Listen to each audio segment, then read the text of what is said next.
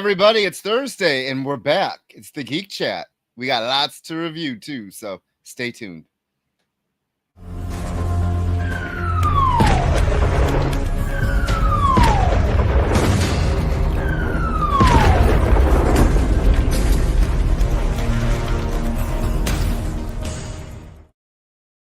Hey everybody, we are back. The Geek Chat is on the experience. I am Beardy Rich. I'm Little Black Beardy Dez. And we're back after our little break from last week. And we actually have another half hour. So it's a little longer bit of a show, and we've got a lot of books to go through. Yeah. So 2 hours of us. Strap in, take your Xanax or anti-nausea pills, and we'll get to it. Real quick. Want to say I had a fantastic time at Coheed and Cambria. It was great. A band called Foxing, Foxing, opened. Heard them from the parking lot as we were walking up, and then went to the merch booth when Taking Back Sunday started, and then got to our seats around probably after a couple songs from Taking Back Sunday, and then we did and then we sat there, and there was Coheed and Cambria came on, and it was great. The only sad thing about it was two things. It was at the Berkeley Amphitheater, and if you don't know what amphitheater is, it's an outdoor theater, and so it was great. The weather was beautiful, wasn't too hot, wasn't too cold, and but the seats were stone, and I always forget that the seats are stone, and most of them are general admission. So we were sitting in the seats. There's a huge pit down near them, and so the seats were kind of like me. But I had my hoodie, so I just sat on my hoodie, and it was great.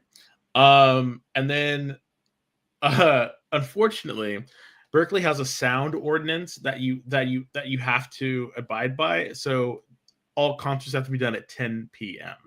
So unfortunately, Coheed and Cambria went on a little too long, and they had to cut a song. So I was like sad. It was a song off their new album, so that was kind of annoying. But they ended up doing a cover of The Killers' "Mr. Brightside," which was okay, but I really rather would have heard one of their songs.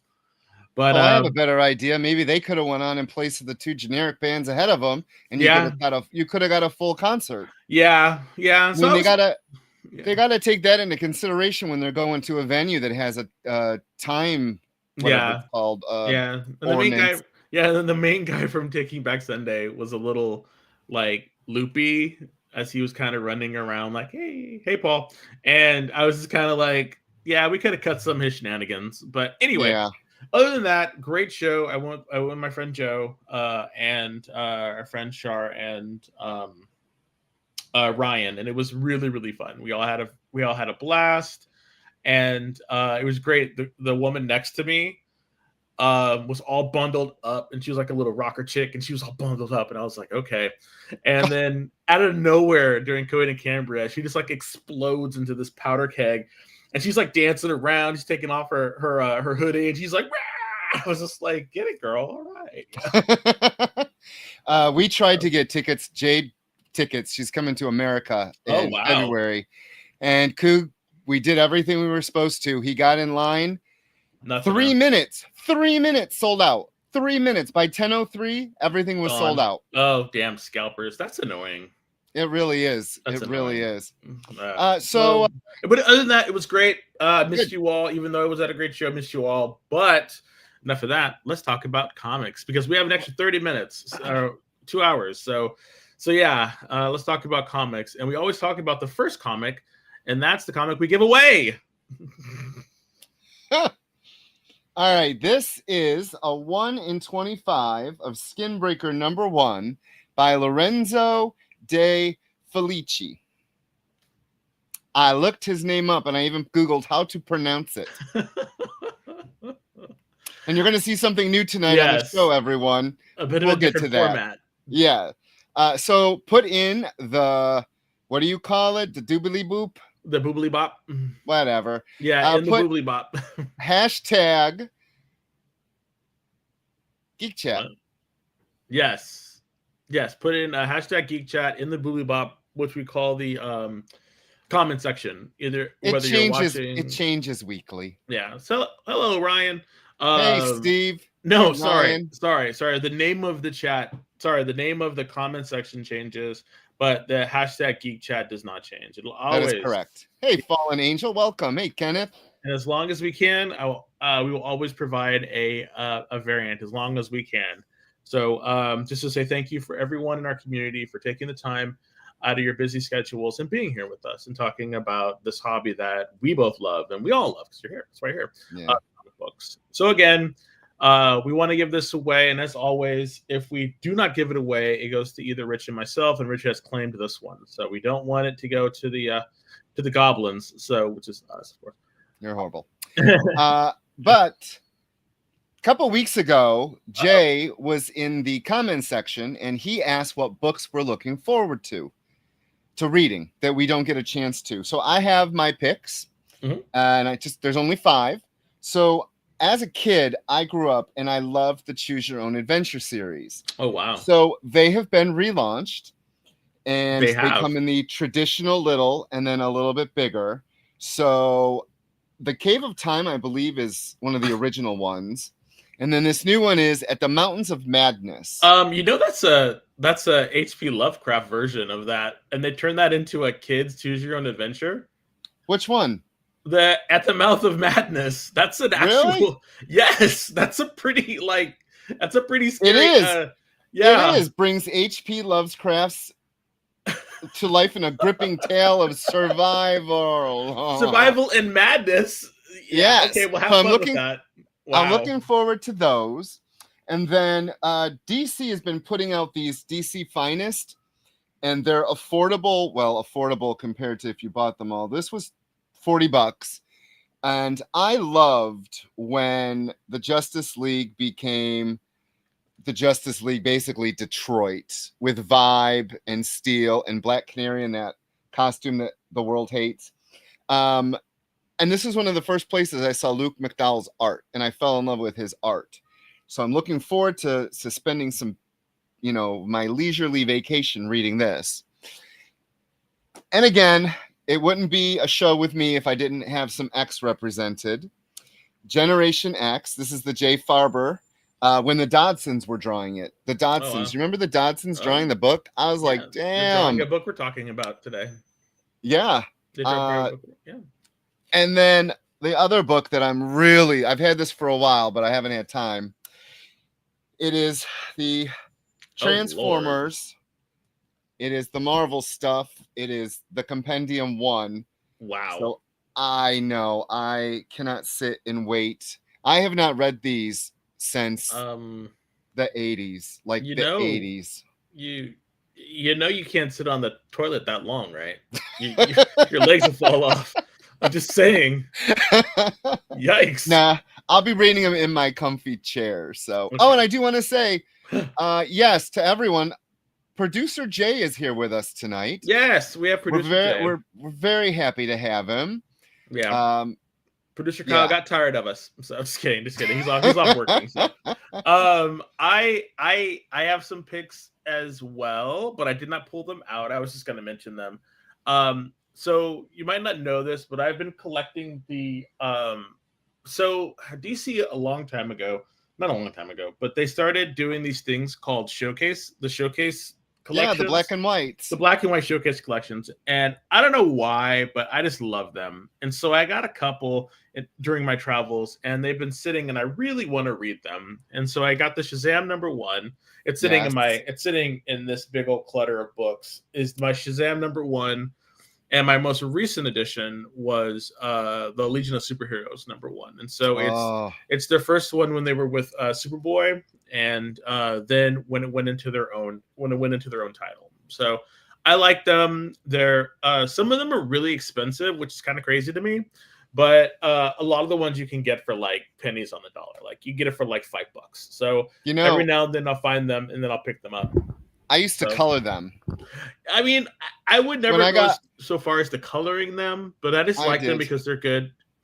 I don't know. It's the it's the newsprint paper that they're on, and just the way that they are just kind of, I don't know.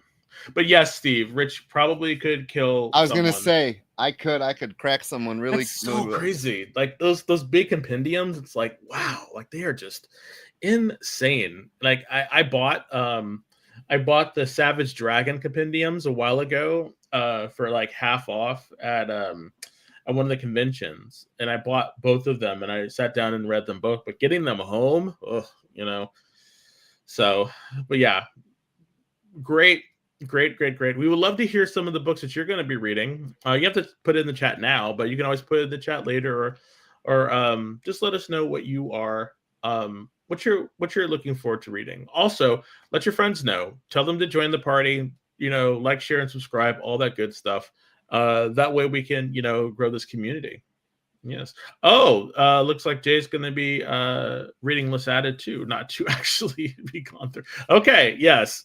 Yeah, that's the true. You never really finish a reading list, but you just kind of like manage it. So, all righty, but that's enough yapping from us. Let's talk about comics. That's right. The first comic we're going to talk about was a little known comic that came out last week called Batman. So, nope. Okay. Sorry, Deadpool Batman. Sorry, I keep getting them mixed up, because now the Batman Deadpool is coming out later. Yes, and I got them mixed up. And if you notice, there's not a verses. It's just them. It's just stories about them. And the thing that really kind of like pissed me off about this, I know I'm starting hot and heavy, but it pissed me off because I was expecting it to be all about Deadpool and Batman, but no. There are other stories of people getting together and hanging out, crossovers between DC and Marvel characters as well. So I was not ready for that. I didn't read anything about this crossover. So, yeah. Hey, Canadian Survivalists, welcome in. Welcome. All right. So the first story was the actual Deadpool Batman. And it was a story. I will say that having Greg Capullo draw this was brilliant on their part. What? It was the saving grace. It really was. So the writer was Zeb Wells. Go to the next slide. There you go. So this is new this week. I'm no longer going to butcher these people's names. You can read them. I mean, if you can read them, it all depends on how Rich can do his photographic skills. Yeah, one of these suck, but sorry. Hey Eddie.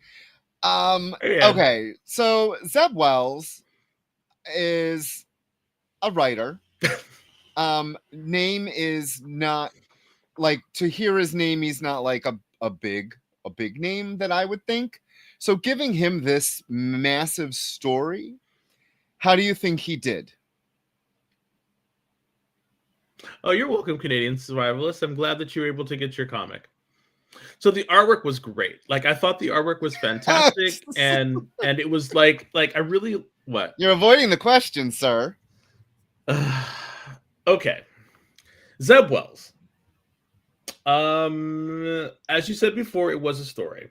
I don't know what they were planning on doing with this story. I don't know what it was supposed to be or what it was supposed to do. Stop it.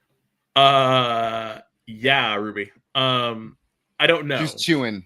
Oh, there you go. I don't know. And for that matter, I don't think he knew what he was doing either. Because it just seemed okay. So Carrion the Witch Boy does a spell and brings someone from another reality to kill Batman.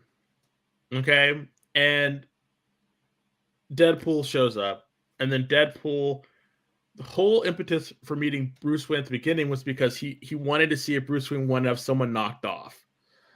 And I'm thinking, okay, it just felt like it made no sense because Deadpool would never do that. I mean, he's a mercenary. I get it, the merc with the mouth, but has he been a mercenary? He hasn't been a mercenary in a long time. But it just seemed like from how they were getting from A to B to C to D just made no sense in I don't want to say the context of the story, but it just I don't know. It felt like I wasn't reading anything that was really pushing this cool meeting between Deadpool and Batman. You know what I mean? It's like you go to a blockbuster movie, like an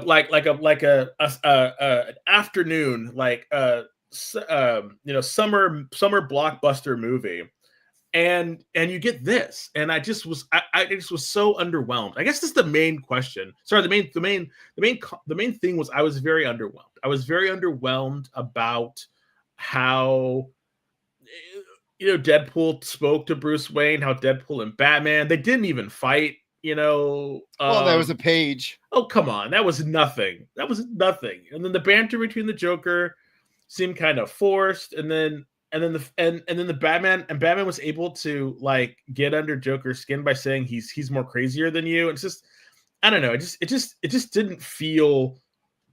It didn't feel like it was a blockbuster kind of moment. It didn't feel like anything, and I think that's one of the problems. I don't know. I wanted everything more, but yes, it's like so again. See, Jay's right.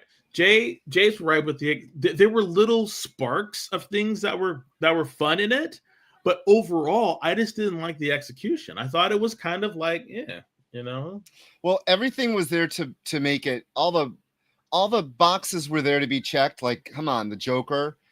But for me, it just kind of fell flat. And it also, I think he went for a lot of low-hanging fruit when it came to jokes. And I'm glad we did not get a lot of the Robin jokes. And he's like, oh, so you've heard them all? And I'm like, thank you, Zeb. I don't need them because they're tired. And I felt like if this was the first time you ever read a Batman or Deadpool, is this really their voices? And I don't think Deadpool came across. He talked a lot, check.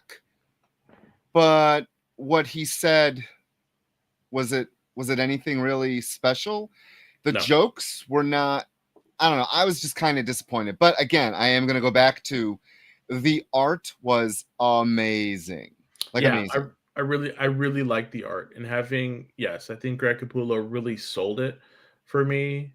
Hi, Tofi. They're saying hi to you, little girl.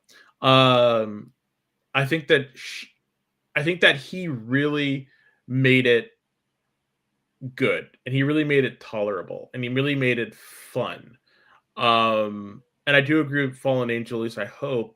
I know. I was going to say that they're saving all of the fighting for the next one. I don't know. It just felt like it should be longer, and it felt like it felt like this story shouldn't have been put in an anthology book. I mean, this literally is just an anthology book. Is what I think it is, and not that that's a bad thing or a good thing. It's just I think we were sold a bill of goods that wasn't correct. Yeah, it wasn't correct because I thought some of the other stories were a lot better. Yeah, let's talk about them. Jay, can you put up the next? Perfect. So there's a lot here. We've got Captain America, Wonder Woman, which I thought was great. Jeff and Crypto, which is cute. Daredevil and Green Arrow, fun. With Count Vertigo. I love Count Vertigo. Yes, and seeing Count Vertigo in that was amazing. I was like, oh crap, that's how they're gonna mess with Daredevil. And then the boxing glove arrow coming out and them just kind of like commiserating. Really great Rocket stuff. Raccoon and the Green Lantern. Fantastic. I loved his outfit. It was very reminiscent of Guy Gardner. Yes, it was. Old Man Logan and Batman. Whatever Long year. Halloween. Yeah. Long Halloween. Yes, we got old men running around killing people. It was fun. Or fighting people. That was fun. And then the one part that I thought was amazing, because going into this, I wanted some amalgamated characters. I need them. No. And what do we get? We get Logo. Lobo and Logan. I was surprised that we didn't get any amalgam characters. And you notice they didn't really call it that or say anything like that, because I think there's some, I don't want to say there's some like trademark stuff or something going on with that, but I think that's why it hasn't been done yet. But I guess Spider-Boy's coming back at some point. They are putting out a facsimile of it. So yeah, I have that on order. So my favorite story out of this, it's between the Captain America Wonder Woman, which was drawn by the Dodsons. I thought it was great. And the Daredevil one. I really enjoyed seeing Daredevil and Green Arrow together. Yeah, and then one of my favorite villains. I love it. I thought it was great. Yeah, my favorite was the Captain America and Wonder Woman, because I've always thought that those two would really make some beautiful babies. And I really think that they would, like, their stories would be really well done together. And at the end, when she was running, when he passed away and she was running around with his shield, it just felt like it felt like she could be a stand-in for Peggy Carter, and in a much more, I don't want to say much more meaningful way, but in a different way. And so I was getting that feeling as well. But I do believe that they would have been fantastic. It's just, I don't know, her coming into man's world, during World War II, him being around World War II. It just seems like their whole chemistry worked really, really well together. And I thought Rocket Raccoon as a Green Lantern, when they're on the phone talking about what he did to everybody and this and that, just really good stuff. Really good stuff. So I think it's funny for me, the backup stories so much better than the main event, basically. Okay. So quick question. So the Deadpool or Batman versus Deadpool, the second one, it's going to be the same as this, correct? So we're going to get other stories by other creators with different characters teaming. Yes. Up. Okay. So then it's gonna be more of the same, which is fine. It's just billing it as this Deadpool, Batman thing. I think I don't think that's right. I think they should have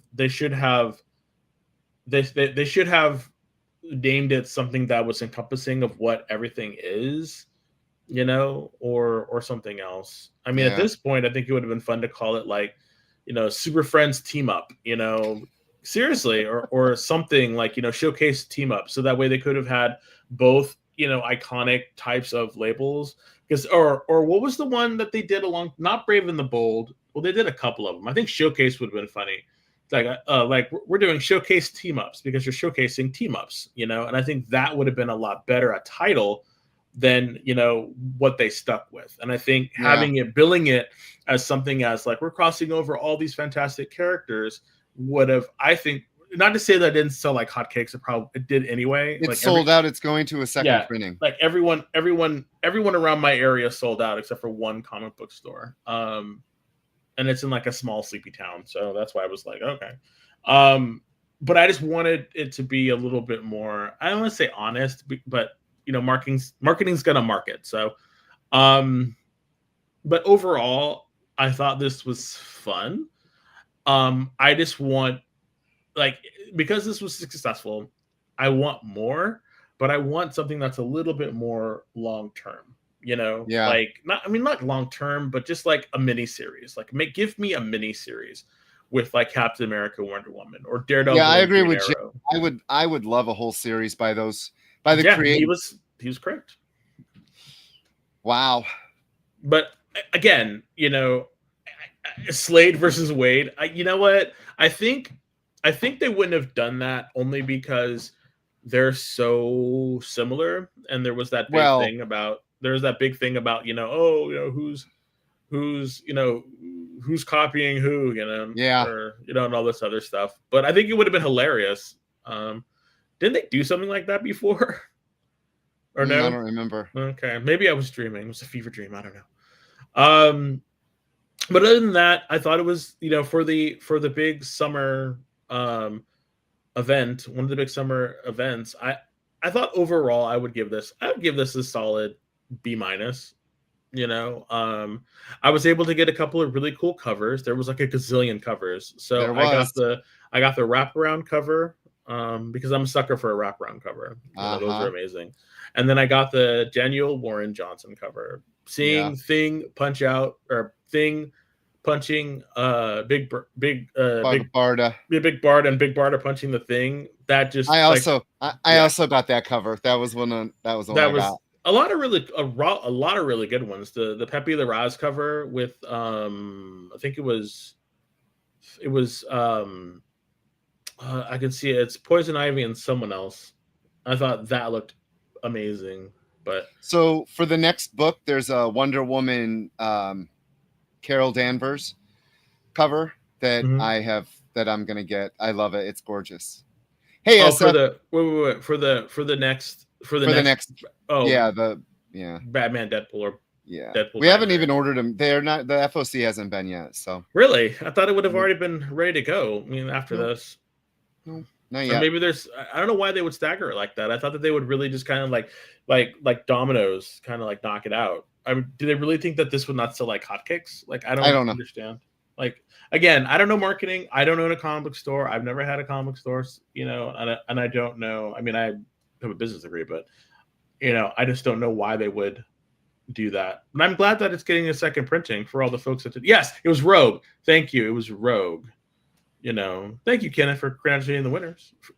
But we're going to take a quick break, and when we come back, we got some other comics for you. So please stay tuned, and we'll see you in a minute. Symphonic verses, Nocturne's romance, a song of romanticized darkness, dreaming death by sleep.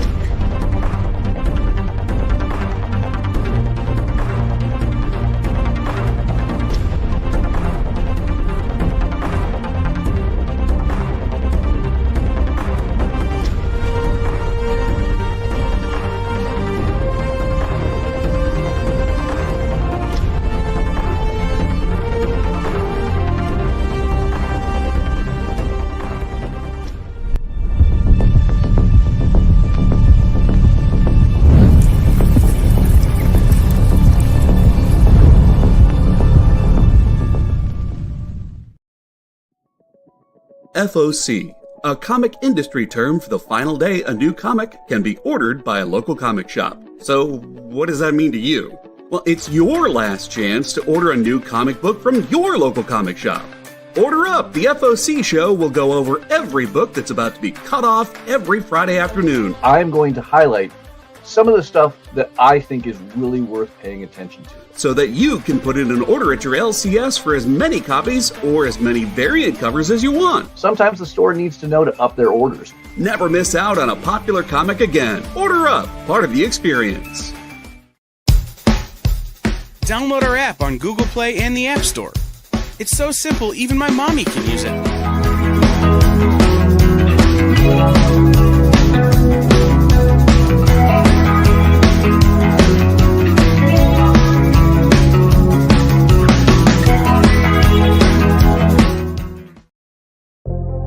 In a world where you hit like and subscribe on our YouTube channel, that'd be really great, thanks.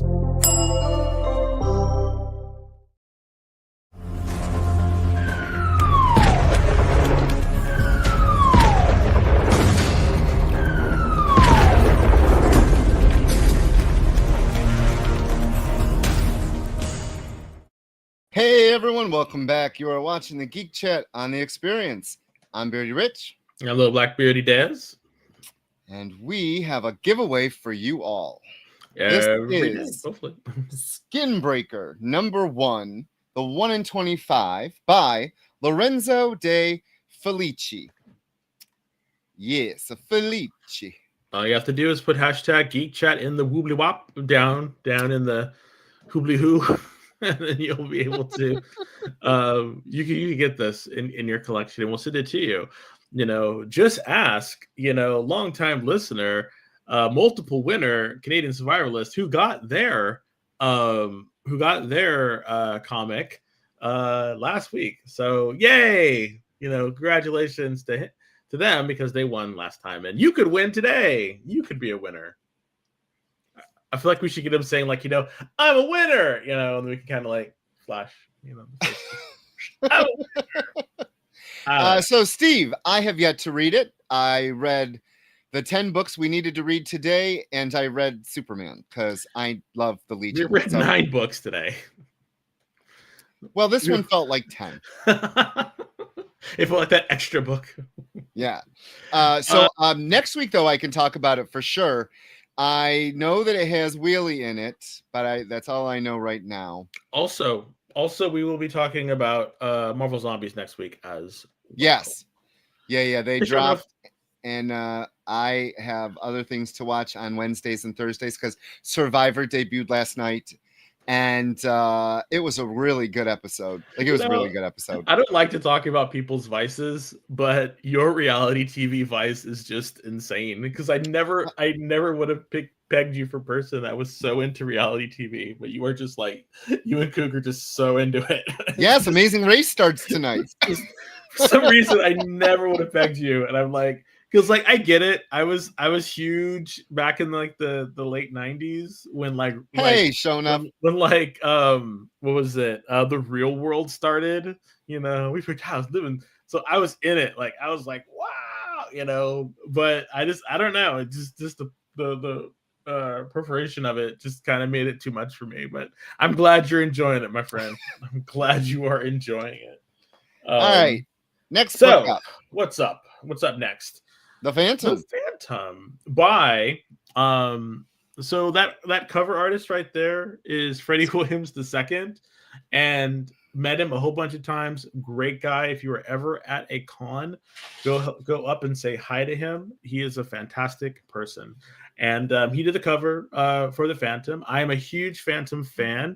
If you're not familiar with the Phantom, he is a pulp star. By pulp, I mean, you know, back in like, I want to say the 40s or the 50s, they wrote a lot of these small pulp novels that would be like maybe 250 pages, and there was a bunch. These are like Golden Age superheroes. So you're talking about the Shadow, the Spider, the Avenger. I think it was Operator 7 or Operator Remo Williams, and then a couple of the most famous ones done by Edgar Rice Burroughs, which was John Carpenter of Mars, and I don't think he did it, but it was Doc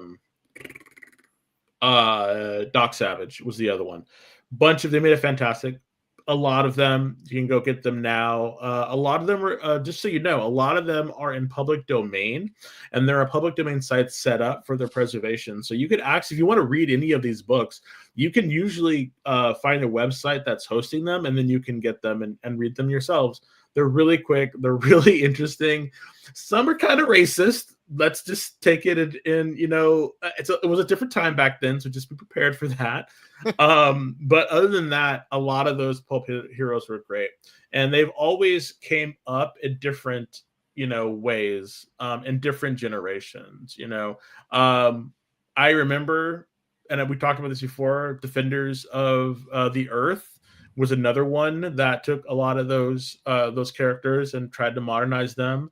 They did a Phantom of the Future cartoon a while ago, back in the 80s. It was Phantom 2045, which they're actually making a comic about. So we have a future Phantom, and then we have the Now Phantom. And so we're talking about the Now Phantom that was done by Mad Cave. So I was excited to read this. Like I said, I'm a pulp fan. So whenever they redo stuff like this, it's really kind of fun. Also, there was a recent video game about the Phantom. That was a side-scrolling beat 'em up. Here, it's great. So yeah, these it's interesting that a lot of these characters still live in public, even though they're in public domain, they still live in people's minds and imagination. So it just goes to, you know, test of time. So yeah. So that next oh, you got that one? I got the Dan Burton cover because I absolutely love him. Yeah. So it's by Ray Fawkes. Artist was Russell Olson. The letterer was Taylor Esposito. Well, yeah, you're taking the easy names. Covered by Freddie Williams II. Me neither. But yeah. What were your thoughts? Did you like it? I thought it was great. After all of that intro? I wouldn't say that I loved it.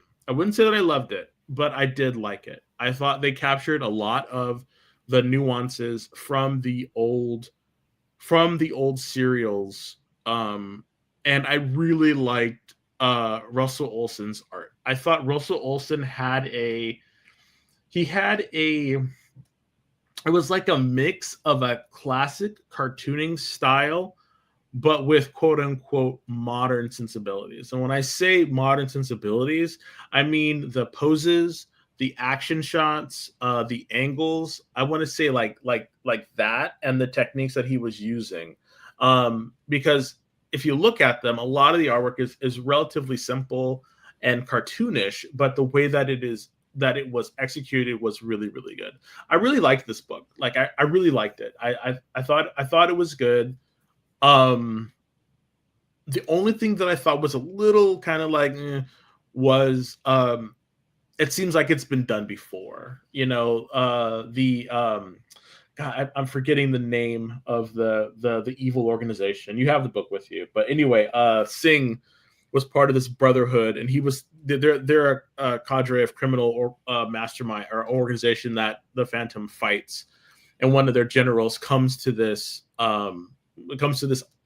island area where the Phantom kind of protects, and a shipment of drugs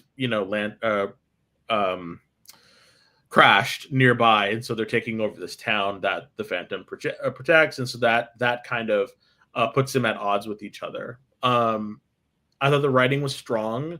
I just thought that it had been done before, and I had just hoped for a little bit more. I don't know. I thought I was just hoping for a little bit more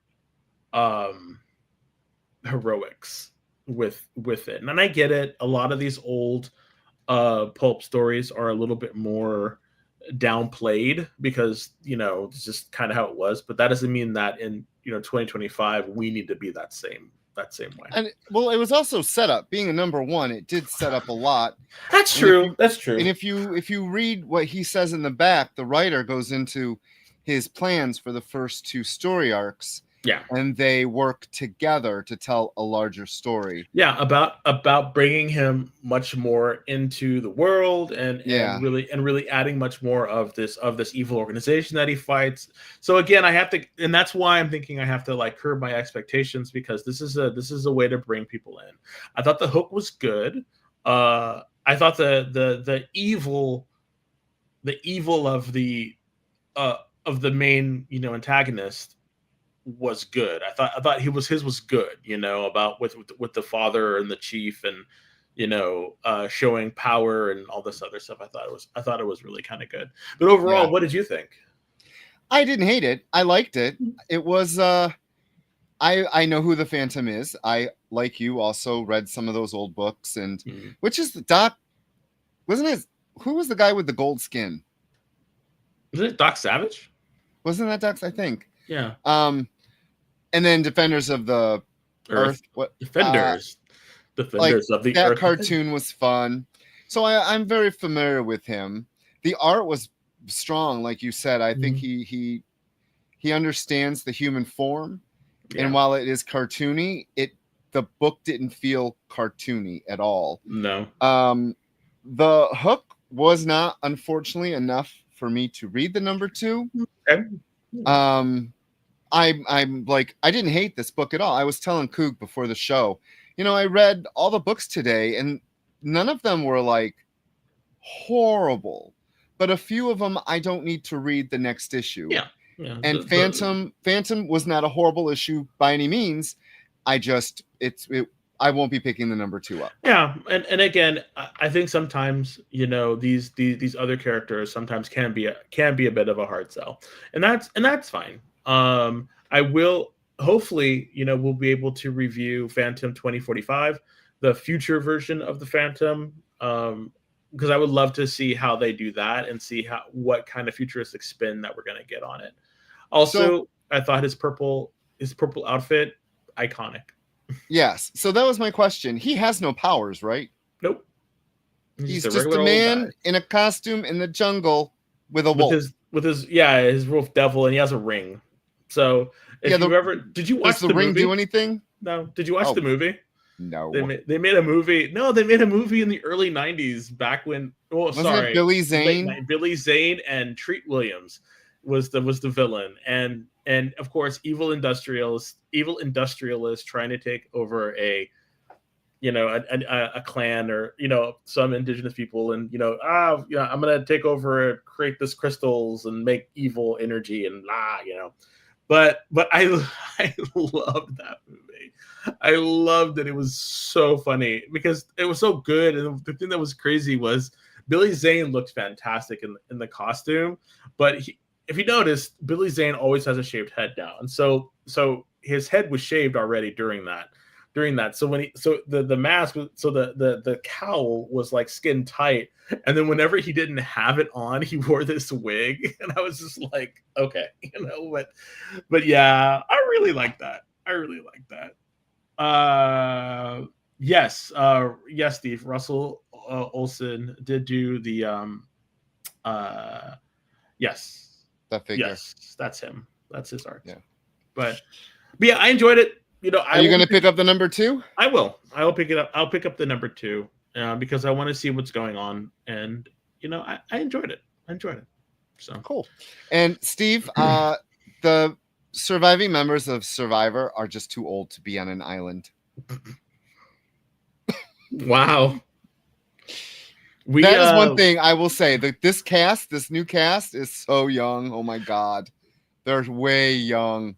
You were right, Steve. It is very reminiscent of Alex Toth's style. Oh, yeah. Yeah, and I think when you said that, it clicked in my head.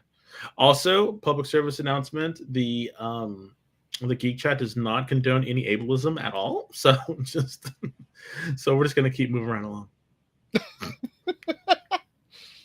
Okay, next up. Robert Kirkman has a new book, and he's teamed up with David Finch. So you got a strong writer, you got a very strong artist, and a very interesting story. Yeah. It was gorgeous to look at. Those first couple of pages of the landscape, like the opening page is just it's like that is the first page, just showing you the landscape, and then we get to that, and man, Finch is on his A game in this book. Yeah. So what you think? So it's only going to be 8 issues, and I'm on board for 8 issues. So okay, when I read a book, we'll take the Phantom. I think about, am I going to want to stick around for the story? And after I read Skinbreaker, I said to myself, do you want to stick around for this? And then I read Robert Kirkman's little thing in the back, and he says, even though they're not saying it's 8 issues, the entire series was started in October of 2017. And he says, aside from a few touch-ups and tweaks here and there, this full series is completely drawn. So you can expect a full 8 issues of this monumental series to ship on time. And I went, I could do 8 issues. I don't see how this story could go on longer, because the premise of the story is basically the guy on the cover with the necklace in the forefront has to kill the guy in the background, and that's it. But then you have this guy in the clan that of course you need to have, there's one in every tribe. He thinks that he's better and his kid's stronger. So that's basically the book. And I went, that plot is not very, there's not a lot of meat on this bone. So what are we going to do if it does go past 8 issues? So if it's 8 issues, I will definitely read it.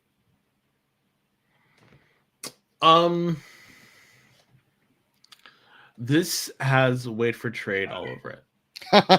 Especially since you just learned it's 8 issues. No, I think this has been a part of Image's strategy for a long time. They will, these artists can go here and create these creators. We'll call them creators because like some are artists, some are artist writers, some are writer and artist teams, and they have names attached to them. They could go here, pitch an idea, whatever outlandish or whatever, and due to their name recognition alone, it will sell a certain number of books. You know, I really believe that. I really believe that there is a formula out there somewhere in the ether, you know, that was created by people that are much smarter than me that says, Robert Kirkman, if you put his name on this book, you are guaranteed to sell X number of books, right?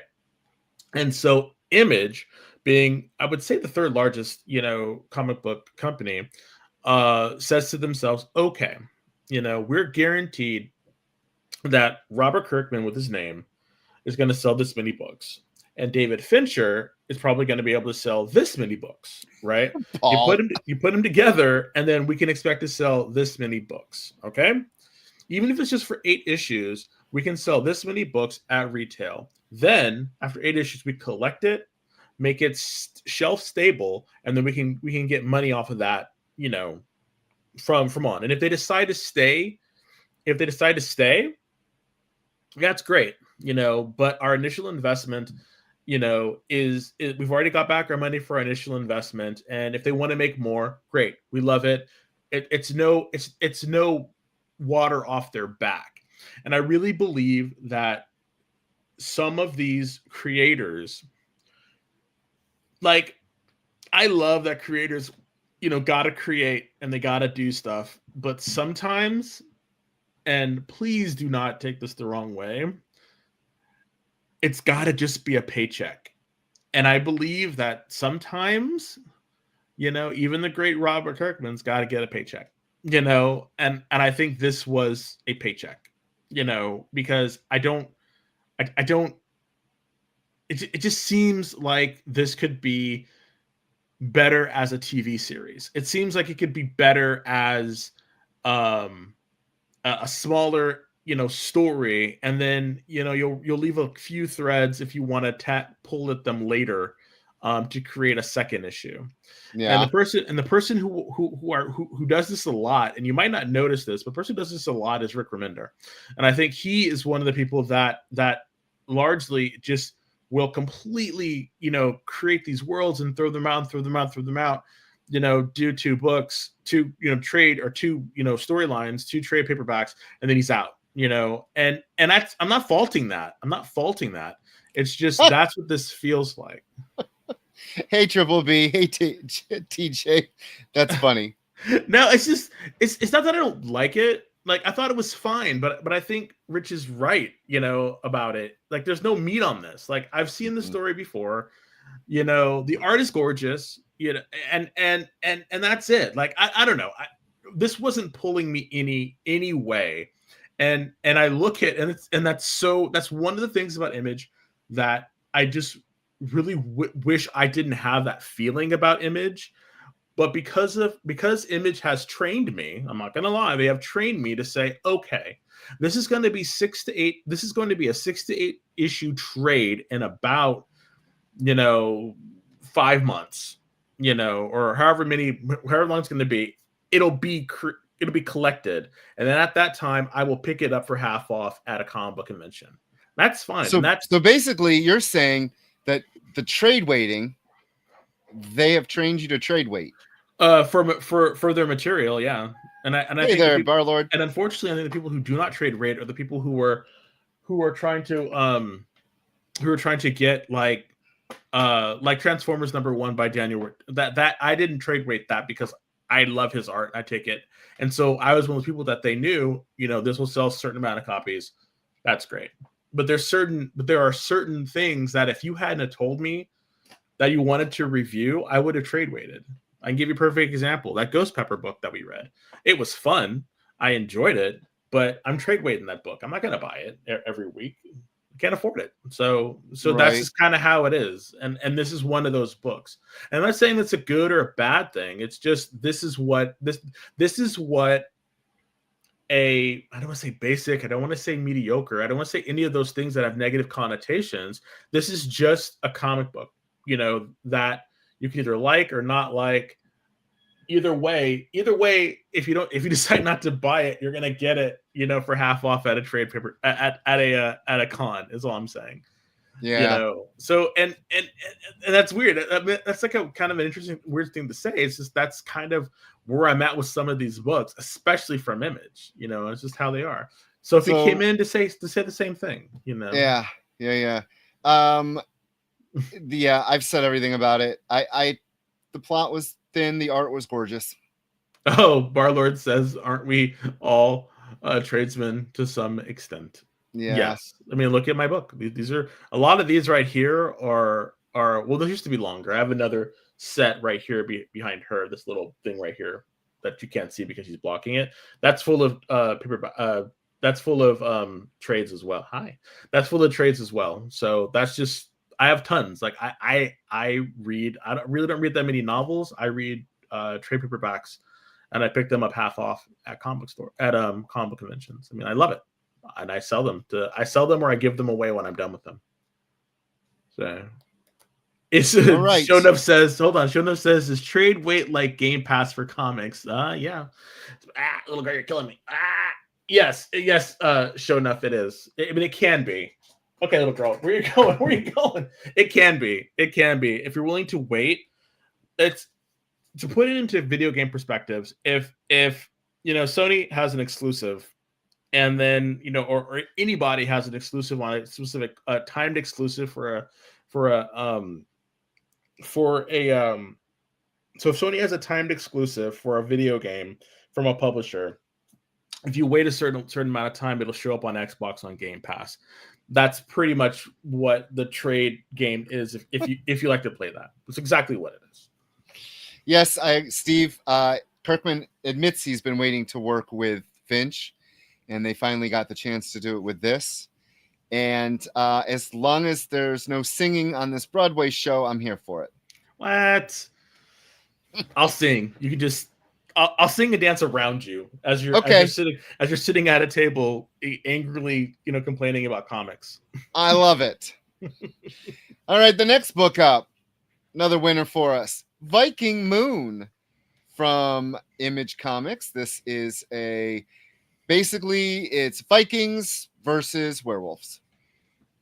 And that native. was the elevator pitch, and this is what we got. I liked it. You did. Yeah, I thought it was interesting.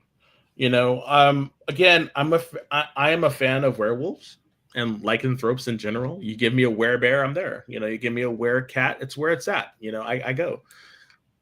It's like my little rhyme.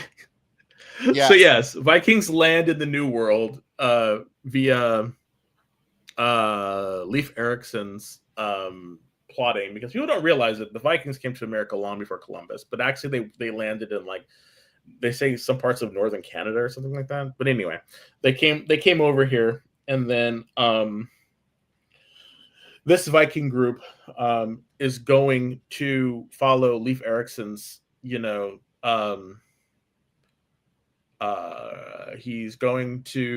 taking his clan to this new area. They set up shop, and then they go further into the woods, and then they find another settlement that has been decimated, and they don't know why. During the time, they meet some native folks, and one of the there's a standoff. I never thought I'd see a standoff, in a comic, set in like the 1400s. Anyway, he has an arrow drawn. The native has an arrow drawn. The Viking lets it go, shoots the native, and the guy's like, "What have you done?" And so the natives, start ambushing them. But then moonlight sets, and then werewolves start attacking. So it's I don't know, like, something about it, like the art was fun for me. The pacing was fun. It had a bit of a slight horror element to it. I don't know. It was just interesting. I really enjoyed the read. So this is one of those books that I did not hate at all. I just have no interest in the subject matter. The art was great. Like, I loved the art. You're not a fan of Vikings and werewolves? Yeah, but just, I don't know. Nothing hooked me. So you're going to trade rate it? You're going to trade weight? Nope. I'm not even going to do that. I mean, I don't know. Because, like, I look at this, and it's only 5 issues. That's another thing I think about. Is like, it's only 5 issues. do I want to stick around for this story? And I'm thinking, yeah, I think I'm gonna actually have to buy the second issues to see what happens, because I want to see, like, are the werewolves the natives, or are the werewolves the other Vikings? They're probably the other Vikings, you know. But I'm kind of wondering. But then again, this read like it could have been a TV series, and it's not a bad thing. It's not a good thing either. It's just you. Maybe it's because I've been watching a lot of like serialized television right now. Like we're watching Buffy, and Only Murders in the Building, and all those regular ones, and Peacemaker, which comes on tonight. And it just feels like it was made for a translation to the small screen. That's not a bad thing or a good thing. I think they, comics, movies, TV, they all share from one another. I mean, look at the Marvel Universe. But I'm just kind of thinking, these comments are funny. I was reading them too. I mean, you guys are just having a fantastic conversation in here, and I don't know if that's a swipe from Frazetta, but it's a lot more. I think because you're so used. I think a lot of people are used to seeing Frazetta's, painting stuff. I've never seen any of his like actual pencil work, but I actually liked the arc. I thought the arc was great. Yeah, the art was great. But for you, it just didn't. It just didn't resonate. Just didn't resonate, huh? No. So I just want to say something about comics going to TV. We tried Revival. Do you remember Revival from... I have no idea what you're talking about. A decade ago. It was an Image book, and it was about the dead coming back to life. Well, they made it a TV show, and I don't even know what it's streaming on, but we tried the first episode. It was so slow and boring.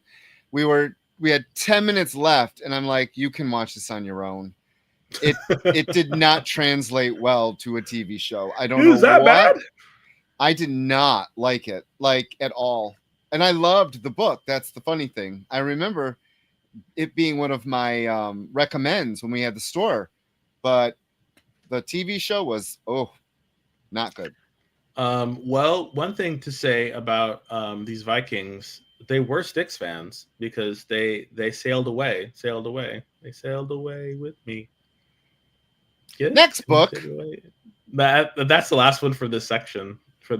So it is. It's already time. Yeah, it's time for us to take another break. See, you're having a lot of fun talking about this stuff, about things that you won't even trade weight. You're like, you're just like, wasn't for me, And again, here's a disclaimer that we love to say: these are just our opinions. I'm glad that you all come and listen to us talking about them, but please, if this looks interesting and it sounds fun to you, please take a look at it, because we want you to enjoy comics like we do, even though, I enjoy them more than Riz sometimes. Especially the next one. I hate you so much. All right, everybody. So we'll be right back after these commercial words. Bye. Sure, comic books are beautiful, but underneath, there's something more authentic and exciting. The original art. See the pencils, the lines, the shading, as if you were there in the studio watching the artist work. Getting a peek at comics' backstage is easy with the original art experience. All right, Friday night, guys. Thank you for being here. To be doing anything, the fact that you're here means the world to me. Nick's pieces are always value priced with your budget in mind, for the beginning collector to the veteran. And this is gorgeous. You got Aquaman and Mira. Join the original art experience with Nick and our friendly crew of regulars, even if it's just to enjoy the art. Fridays at 7. It's all part of the experience. According to a statistic that I just made up, people spend 4 hours a day changing the television channel. People who watch The Experience don't do that.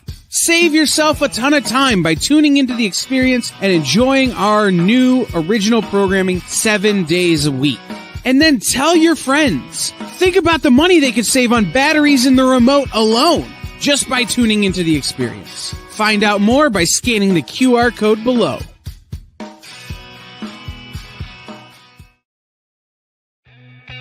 Programming on the EXP is made possible by viewers like you, or your local comic shop, or that Kickstarter you backed, or the publisher you like, or comic industry professionals who want to share a message with the world. Really, anyone who wants to advertise with us can. If you're interested in seeing a product you know and love, or are creating, or are publishing, or are involved with, advertised here on The Experience, and having your message shared with our viewers, please reach out by scanning the QR code below or visiting our website and using the contact form. Twitch, it's not just what happens when you have too many energy drinks anymore. Check out our content over there too.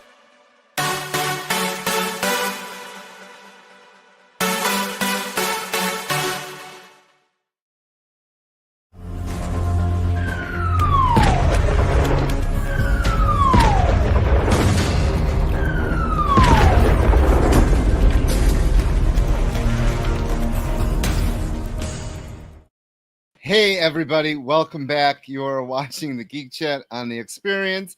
I am very afraid of what I have to demonstrate, but what am I doing? I don't know. You know what, Producer Jay, I wanted to talk about Street Sharks, but Rich said no. So you can blame Rich for that. He had me do that Numo thing with the robot force and robo force and all other stuff, and he said no to Street Sharks. I was so pissed. I was like, how could you? I'm sorry. Because I wanted to talk about it. Anyway. All right, so we have a giveaway. It is a 1 in 25 of Skinbreaker, the book that we both loved. It is by Lorenzo Di Felici. You said it so right the last two times. I know. You had a bit of a brain fart that last time. Okay, so I really want one of these people to come in, like one of these artists to come in and be like, correct it in there. Like, that'd be hilarious. Like, hey, it's my cover. And my name is pronounced like this. So, but yeah, all you have to do is put a hashtag Geek Chat and the wop wop downstairs, and you can get it. The wop wop is the comment section, and it's do it from your phone, do it from your computer, do it from your grandma's life alert, however you want to do it. Get this comic because we want to give it to you. Ryan, right, Ryan, you have to put it in once, Ryan. you only get once, Ryan. You only get one entry per person. So what are we talking about now, Rich? This Casey Jones. You thought that I liked this? I don't know. Did you? All right. So this is from IDW, who dropped the W in their logo for some reason. Yeah. And Jay, show the credits. This is why I took a picture. I would butcher a bunch of these names. And I'm like, nope, I'm taking a picture of it. It's going to be a lot easier. So we reviewed Shredder #1 a couple weeks ago. And I thought the art was amazing, but the story was a little too generic for me to continue. And Casey Jones gets a mini now. And unfortunately, I did not hate this book, but I have no interest in picking it up. The #2. So, yes, the W is in the lower part of the logo. Oh my God. All right. Can you go back, Producer Jay? It is. We can look. I don't like it. I see it.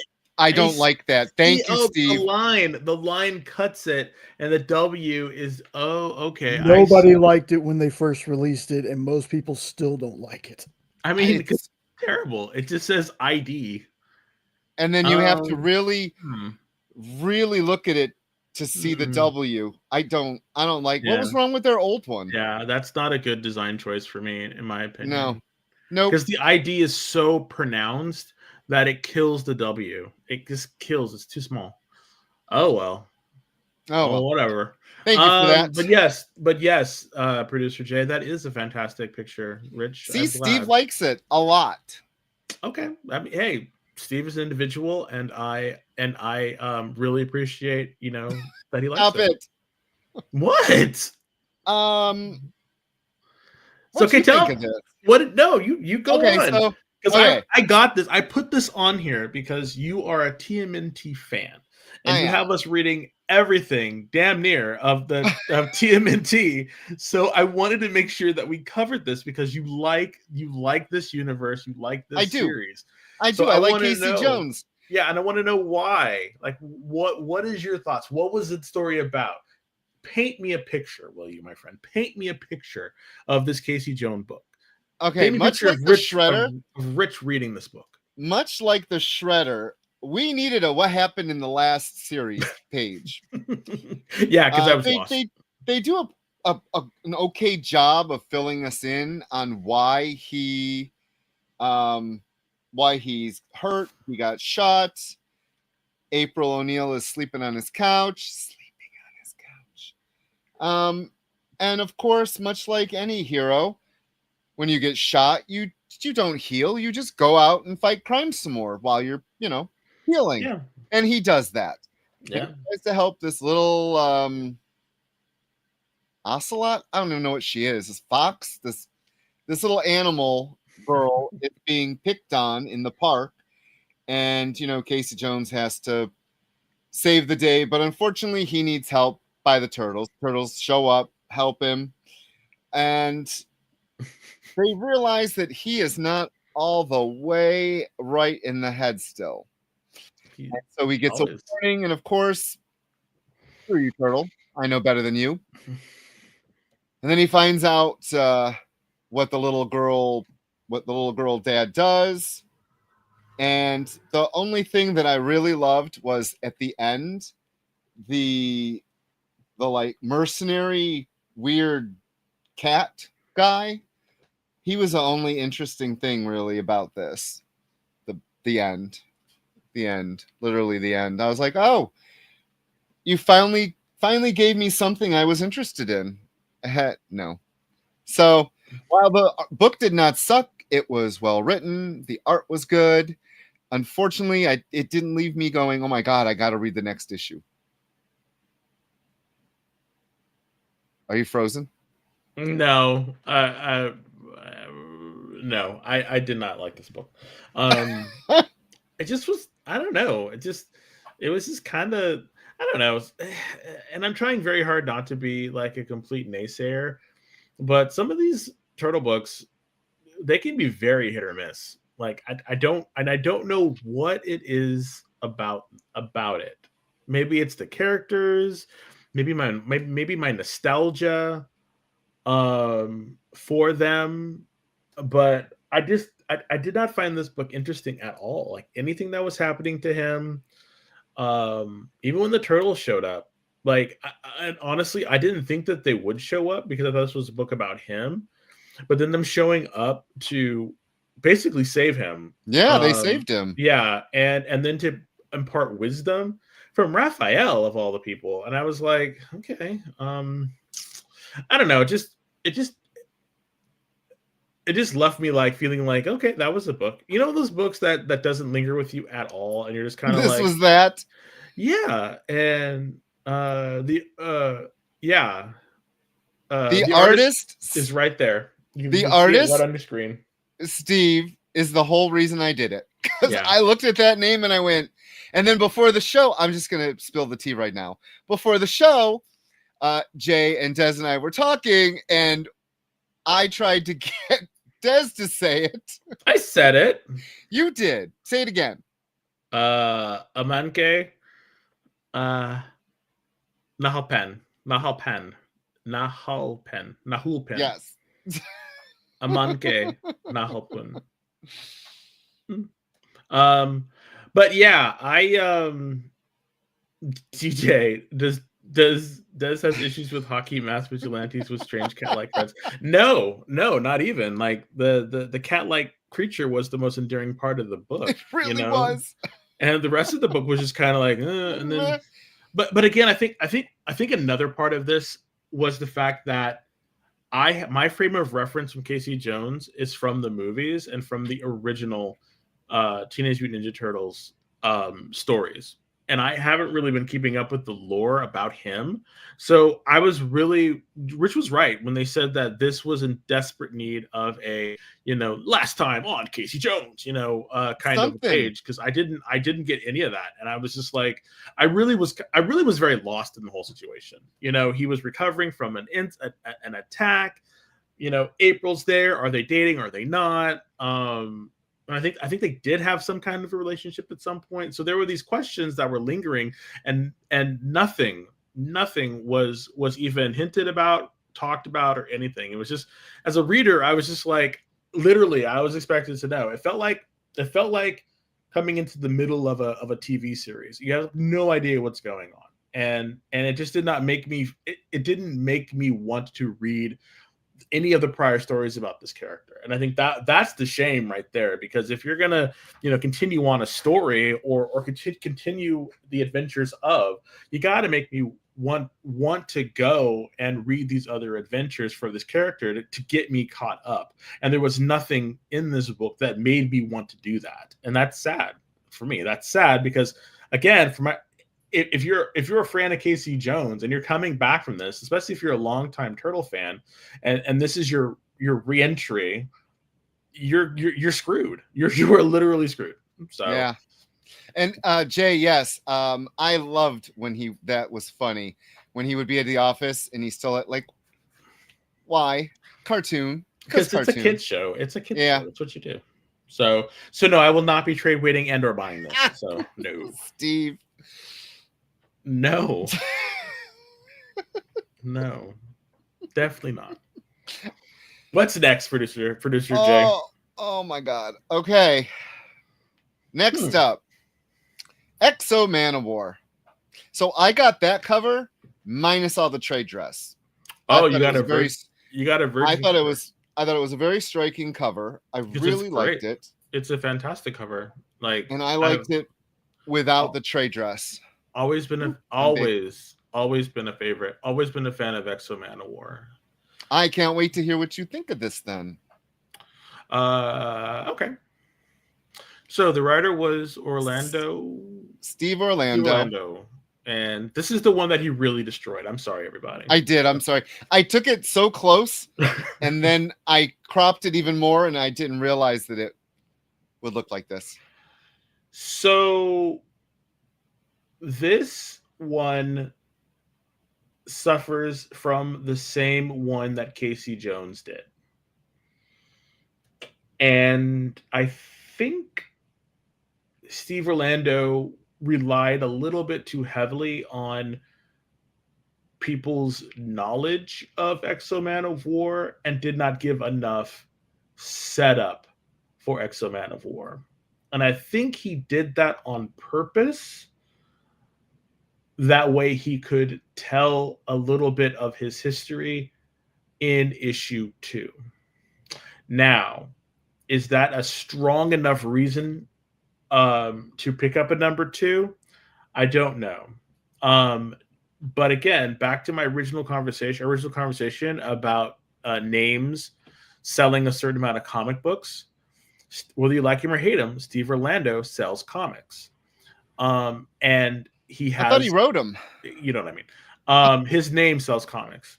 And a lot, it does. It does. It really does. I mean, are you reading Scarlet Witch? Like, for whatever reason, he either has like naked pictures of Tom Brevoort or I'm missing, because he has been doing that series for like the last 5 years. Yeah. And I don't think it's selling like hotcakes, but for whatever reason, or if it is, like, color me shocked, color me scarlet. But it is like, it's still there. So he sells books, and he, I'm trying to say this in a nice way.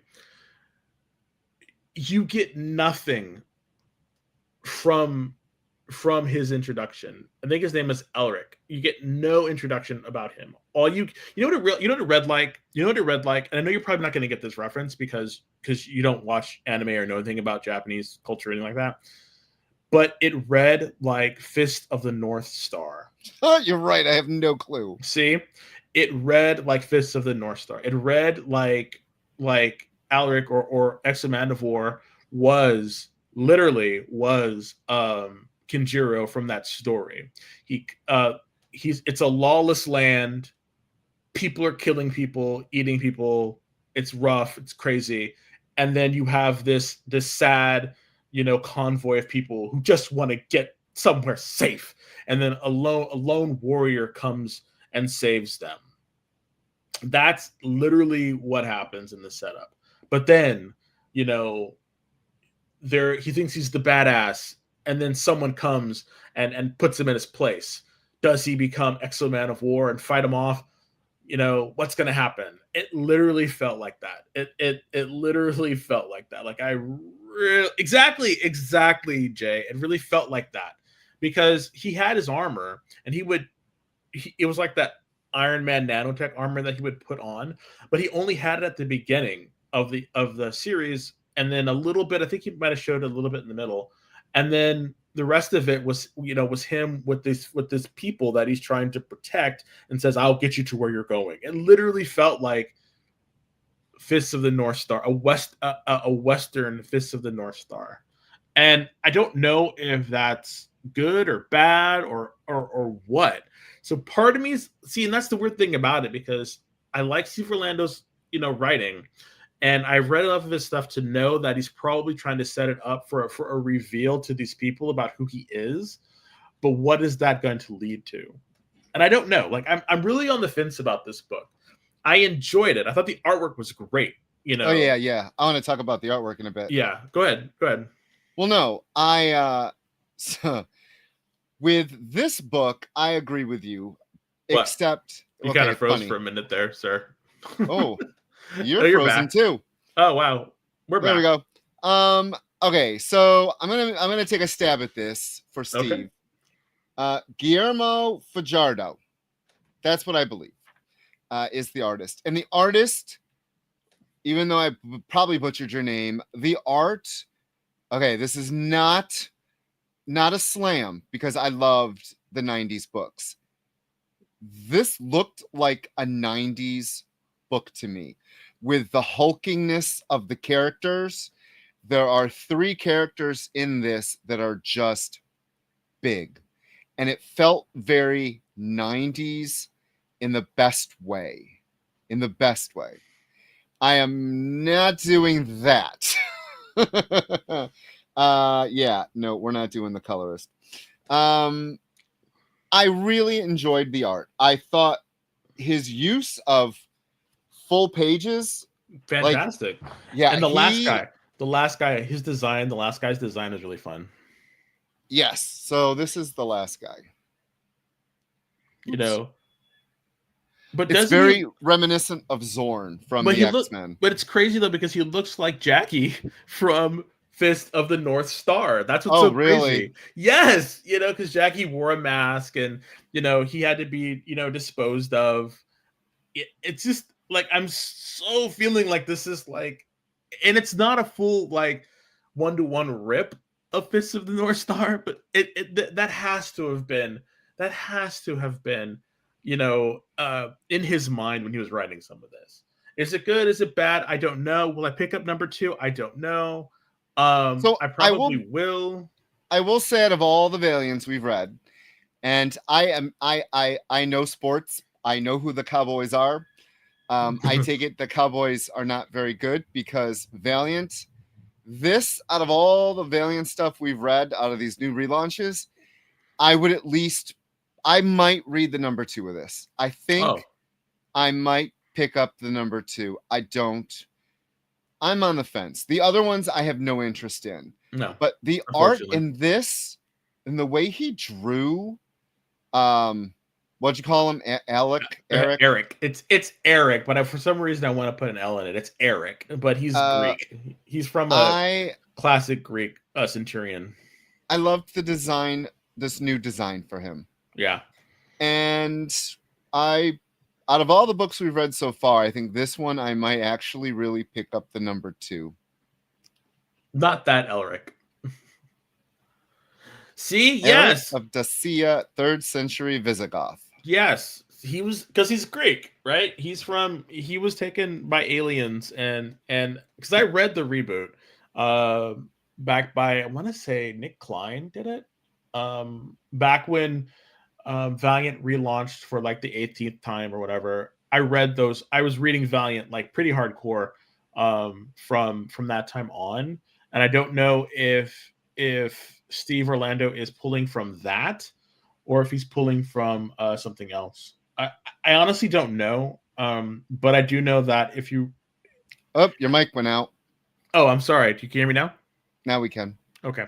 I don't know which... I don't know which history they're pulling from, but I really enjoyed it, and I do think that if you're gonna give a Valiant book a try, I would say this one. Yeah. Yes. He was fighting. Oh, he was fighting the Romans. I thought he was a Roman, or maybe he was a barbarian who was fighting the Romans off when the Romans were trying to conquer. Most of Italy, or sorry, Greece. If I remember, was Romans Greek? I can't remember. I don't know. I remember Romans would be in Italy. Sorry. Well, but anyway, Steve says Visigoths hail from the region now known as France. So yeah, I think so. I think that's when the Romans were moving up into Greater Europe and the French were fighting them. So I don't know. I didn't major in history, so I'm not a history nor geography major, so we're just gonna have to leave it at that. But yeah, I enjoyed it. I think you should definitely, check it out. So do you want to start the next book, or do you just want to go to a break? We can start the next book, unless you want to really, really talk about it. No, I enjoyed it. Yeah, Spider-Man, Masters of the Universe, the Sword of Flaws. Looks like someone's getting his own power sword. Yes. Finally, like for a long time, I know he has the Havoc staff, and that's his weapon of choice. But when I got my Skeletor, he had his purple power sword, and then you would connect them together, and you could put them together, and they became a super powerful sword, and I loved it. That's awesome. You don't remember that? Seriously, I do remember it. And that's why I think it's funny that it took how long for the story to be told. Now, much like we read almost all of the Turtles, I will always and forever read anything He-Man. And add to the fact that Freddie E. Williams II is the penciler, is just the frosting on top of this yummy cupcake. I eat this. This is my sugary just treat. And every time I get a Masters of He-Man book, I love it. And I loved the last series. This series is starting off so much fun. Quick question. Yeah. Why do they call it Masters of the Universe and not He-Man? So I have a feeling they did that for this because this one is not going to be much about He-Man because it is going to explore the sword, the other sword. Mm-hmm. And I think so when you watch the cartoon, so before the show, I watched a bunch of cartoon themes, and this was one of them. They always considered Skeletor a master of the universe. So the title Masters of the Universe are going to reflect the Hordak, Skeletor, He-Man. It's going to be about the larger picture. Mm-hmm. And I think that is why this one is not named He-Man. This is about the Masters. And yes, I think you're right. I think by the end of this miniseries, Skeletor will have his own sword. And I'm hoping because that will then allow more stories after that born out of this with him exploring his sword. I actually really like the fact Dark Horse is giving us small miniseries, and they have been for a while, and I've been enjoying a lot of them. And the art is just I love it. The art's the chef's kiss for this book. The story was strong. Once again, we get Prince Adam is the coward. He runs away. I personally can't wait for that to stop. I can't wait until, and they even bring it up in here, Teela's going to learn who you are sometime. When are we going to tell her? Because she sees Prince Adam as, the coward that she has to rescue, when in fact, it's He-Man that's always doing the rescuing. So I hope that this miniseries also, Teela learns who Prince Adam really is. I don't know. There was so much good little stuff and little Easter eggs in the art as well that I enjoyed. So yeah, if you're a He-Man fan, if you like the old cartoons, Freddy does a great giant hulking men. So he draws Teela hot, yet he draws, He-Man hot. He gets it. He gets what we want to read. And the weird thing was Triclops being able to see this premonition of the sword. I thought that was pretty cool too. That was something I didn't know Triclops could do, was have these premonitions. So I don't know. Smart writing. I had Mechanic. That was one of the characters that I got. I had him. I had the flying guy. See, that was another thing I wanted to mention, is there was a bunch of secondary characters that was used, and that's what I like. That's what I liked about it, is even though it's to an extent nostalgia bait, the fact that they were able to incorporate other members of the He-Man mythos, the Massive Universe mythos, I thought that was great. And this is the perfect way to introduce people to this universe, because they gave you a little bit of exposition at the beginning. Then we went into like the region and how his family's well loved, and then that he is like the one page jaw getting slapped, it was great. It was great. I thought the colors were great. They popped. Yes. And again, I liked He-Man. I watched it when I was a kid, but I never really got into the comics. But then when Freddie, Williams started doing it, I would still take the time to look at it, and I'm like, okay, but I don't know. I really enjoy. Stop it. Y'all are making this comment section. Let me tell you. Yes, this is an all ages show, people. But is yes, it though? I don't know. Not with these yahoos in the comment section and the wheelie whoop. But I enjoyed it, and honestly, to the God's honest truth, I might be picking up the second one. I really liked it. I thought it was well done, Tim Seeley. You did a great job. I will always pick Snarf over Orko. Yeah, sorry. I gotta go with the furry. What is it? With the furry Mrs. Doubtfire over over Crazy Oreo. So, but I will say in the last cartoon, they actually made Orko really cool. Yeah, he was stronger. Like he was they made him a lot stronger. He actually was able to do stuff, and he wasn't a doofus. I was like, I felt bored. Yeah. So, alrighty, folks. So we're gonna take our what? No, I was gonna say we're gonna take our last break. We have another half hour for you. So don't leave. Don't leave. Remember, you have to be present in order to win your gift, your variant. So please. Hey, Alan, welcome in. Hey, Jabroni. So yeah, we're doing another 30 minutes. So stay tuned for your bonus 30 minutes, and we'll be right back after this break. I hope. Whoa. Did you miss it? Yeah, they can go by pretty fast. Let's slow down the footage. Welcome. It's time to skim some comics. Miles Morales Spider-Man, I will just tell you that Miles is very important in his role as a vampire. So it's fine.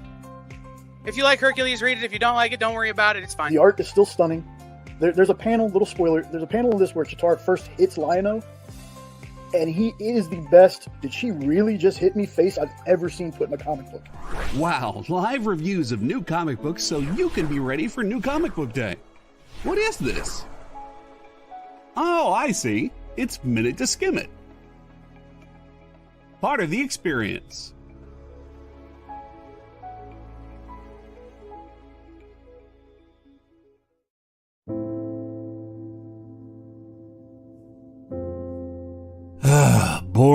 old Tuesday. Kick it! Hey, let's get to it. Henri Copen scours collections and comic shops to bring you the biggest deals on beautiful comics. I'm very eager to sell these books. Plus, he smashes those other boring sale shows. Henri's got fire, excitement, personality, key books, Momo books. Sexy Momo books for ya. A cute dog. Weird accents. 69, bro! A wheel of skid bark? There's wheel spins at the end of every show. You'll laugh, you'll cry, you'll score huge bargains. That is Haktua magic right there, all right? Kicking it with Henri. Tuesday nights, part of the experience.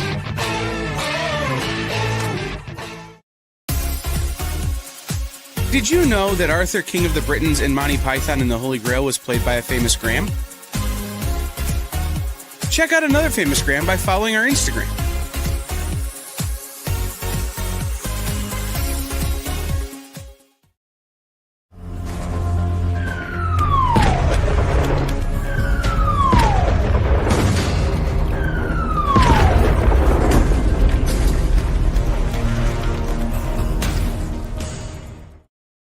Hey everyone, welcome back. You are watching the Geek Chat on the Experience. I'm Beardy Rich. And I'm Little Black Beardy Des.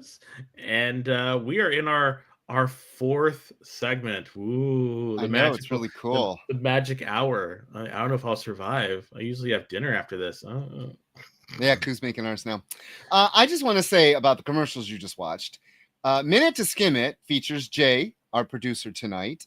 And I feel like their show and our show are two sides of the same coin, because they talk about no spoilers and they talk about, you know, what it's about. And then you and I come in and rip it apart. So I really like that. I was thinking that we should do, like, you know, minute to skim it versus the Geek Chat. You know, we can like have a debate about like a comic book type stuff or something. That would be fun. Just have like an hour. It'll be a crossover. Yeah, it'll be a crossover, you know, and then we can talk about like crazy stuff and all be on the cameras, just like laughing at each other and the comics that we read, you know. And then if everyone watches Henri, his Tuesday night shows, he's always got great books, great prices. I like watching his show. It's a lot of fun too. Yeah, Henri's is fun. It's more Miss Jen. We don't have a new spot yet. Oh, but this is the show I tell people to watch after. Oh, cool. Thank you. But yeah, want to let you know there are a bunch of really cool stuff on this channel. Unfortunately, Mog and Mel are out today, but they will return. Please check how you would find normal, you know, experience type stuff. And yeah, Jay, this is usually the time in which producer Kyle will give a plug about some other upcoming programs. If you would like to do what's that. happening Saturday, Jay? Yeah. Oh my goodness, y'all. Just wait for this. Kyle has got a crazy idea that we're gonna do like 24 hours straight of a local comic shop day in conjunction with Comics Pro. So pay no attention to that live from noon to 7 thing on there. It started out at 13 hours, then went to 15 hours, and then just kept going. So there's no telling how long this is going to be. We're going to be in different comic shops around the country. We're going to be having people go out to comic shops and call in and let us know what they're doing. If you got an LCS near you, please go check them out, see what they're doing for local comic shop day. And as always, if you don't have a local comic shop, the EXP can be your local comic shop.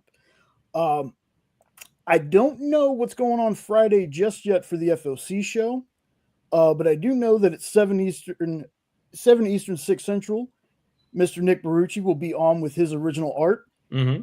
He always has a variety of pricing on this stuff, so not everything is $20 million.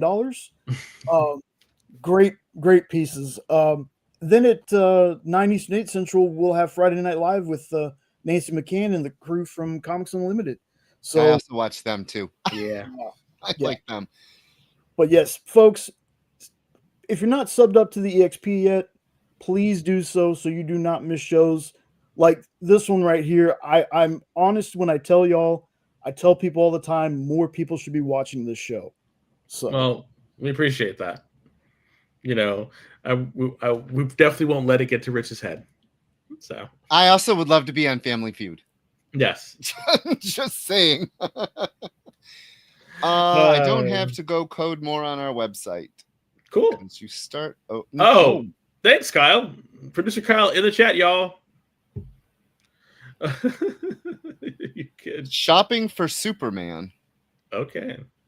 I don't know that one. Well, hey, I like Superman, so definitely tune in. Oh, it's on Max now. Oh, cool. You can watch it. Has it started? Yeah. It debuted Friday. Last Friday, I didn't know that. That's First awesome. Saturday. Paul and I were talking about that. Is this show ever coming back? And I'm like, I hope so. But he was No. The movie. Oh, sorry. Yes, I'm sorry. They're talking about the Superman and Lois one, the cartoon. No, not yet. I want that to come back. I can't That's wait. the one that I want to see. So, all right, let's show that giveaway real quick. Yeah, because we have a giveaway every show. We have a giveaway, and that is Skinwalker cover number 1. Number 1, cover D. It's a 1 in 25 by Lorenzo de Felici. So please, take a look at it. Kyle says, Shopping for Superman is a documentary about comic shops. It won Best Feature at San Diego Comic-Con Film Festival. That's awesome. Yes. And it is, it looks like it starts at 8 p.m. Eastern. The streaming premiere for Shopping for Superman. Cool. Check it out, everybody. I like it. Unknown. I like the Big Blue Boy Scout, so I might have to check that out. Thanks, everybody. All righty. So we're at the home stretch, everybody. So let's go. What's up next? All right. Next up is Ultimate Hawkeye. So you all know I love different variant covers. And Triple B on his show always talks about this artist. And I'm going to screw the name up because all I know is it's Larry, something like that. And that was the cover I decided to get because this cover is just gorgeous. Yeah, just gorgeous. Leslie Lyrically. Yes, that is how you say it. Thank you. Her name is something Dominatrix, right? Yeah.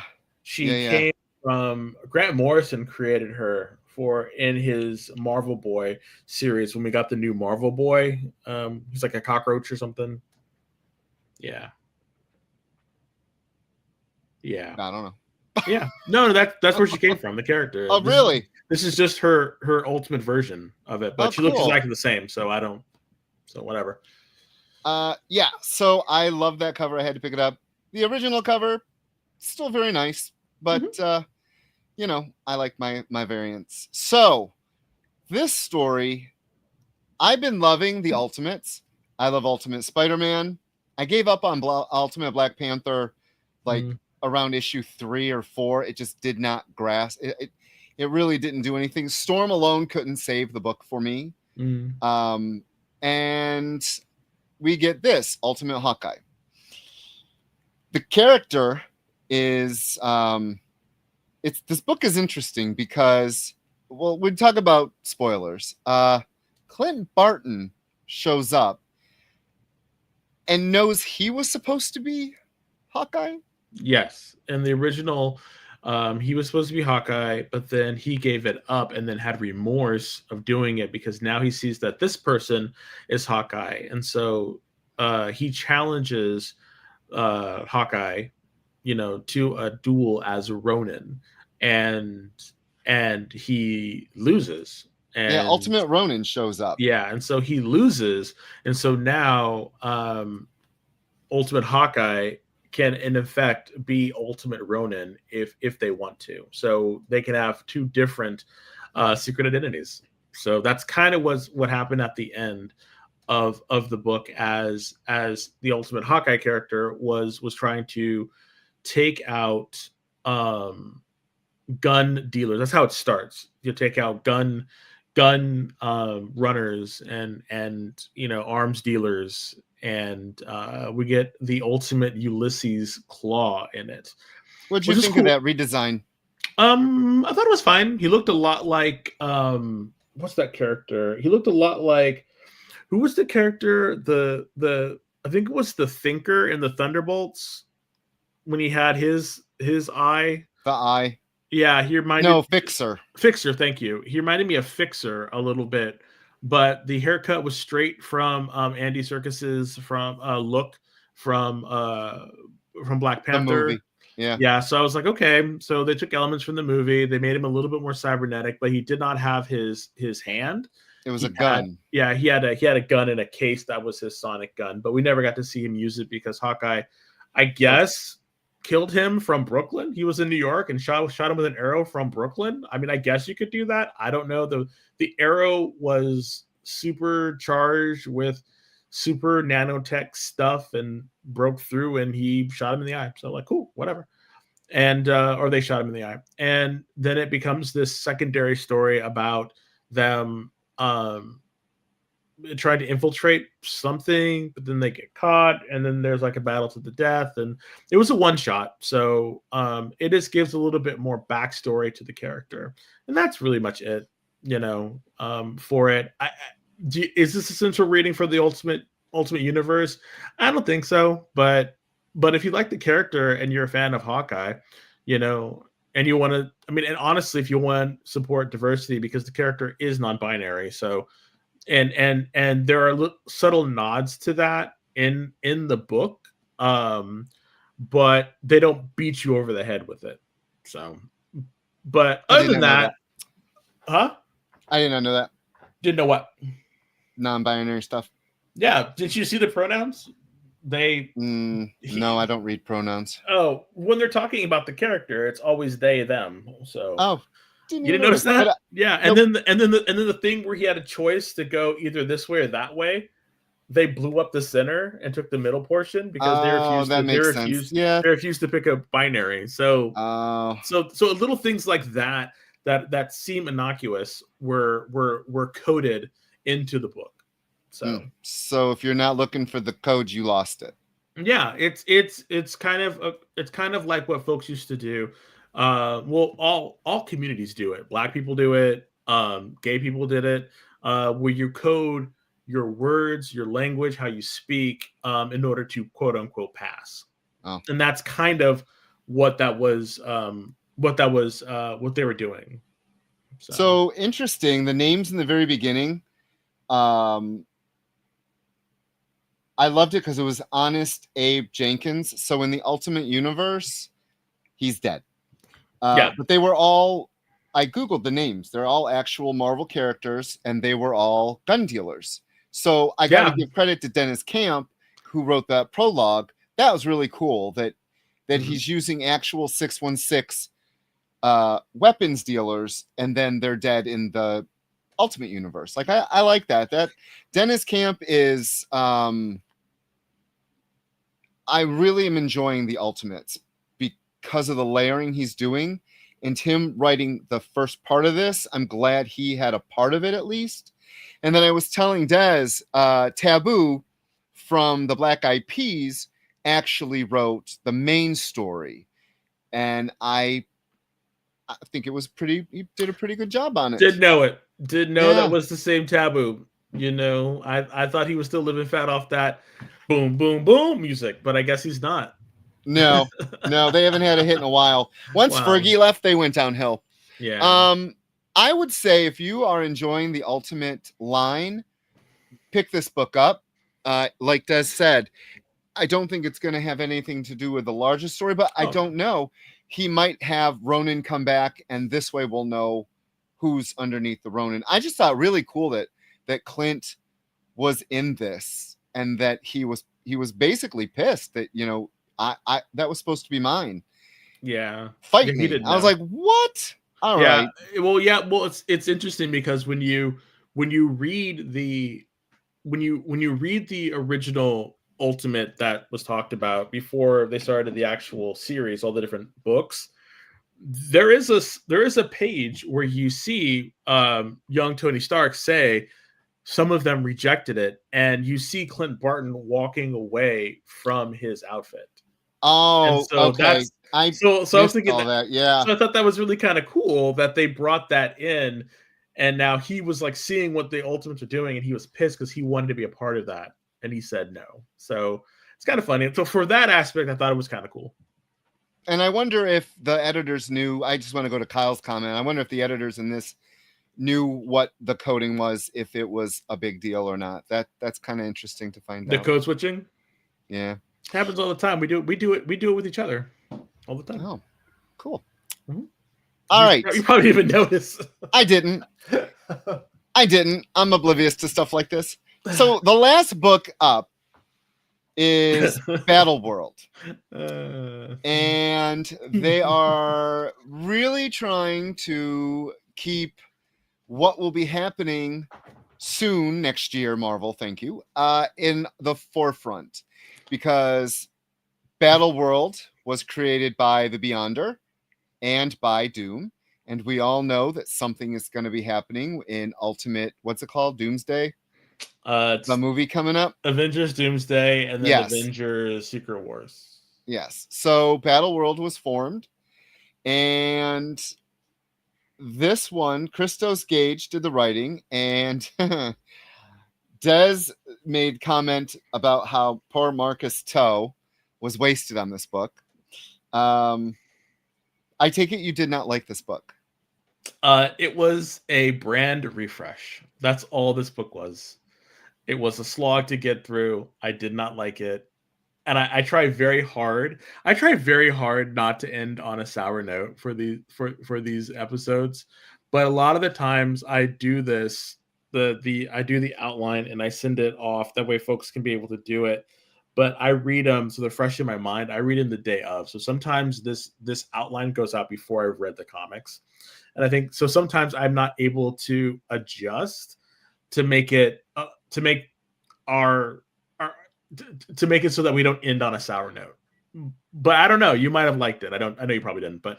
But I'll give it one thing though. It was interesting that we got to see different variations of characters. I like Rich is. I am all about different characters from different timelines. The difference here is they're not so much from different realities as they are from different timelines, and so, or maybe some are from different realities. I really don't know.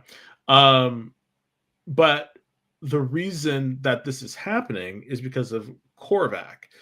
And I didn't know that Korvac had this kind of power to do something that it took God Emperor Doom and the Beyonder and Matter, Molecule Man, and all these people to do, and 2 years of setup to do in one book. So for that, it just kind of like poops on all the stuff that came before it to do something like this and show that Korvac is of that power level. I was annoyed by that. First off, annoyed by that. Secondly, well, get your secondly, and then I'll. No, but I'm gonna. No, go ahead. The secondly was just. It just seemed like they have to battle it out for him to create a new timeline, and I'm thinking, really?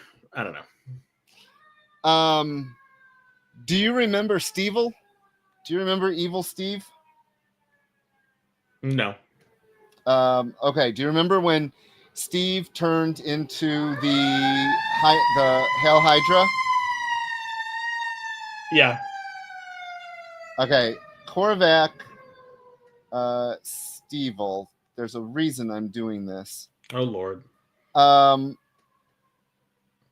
You're talking about Stevel from. Yes. You're talking about Hydra Cap. Yes. Okay. Hydra Cap. Stevel. Yes. Korvac did that. I'm pretty sure. I thought that was the Cosmic Cube. I thought it was a mixture of both of them. Anyhow, that isn't why I did. I'm going to shock everyone. I'm glad you put this last because this is my pick of the week.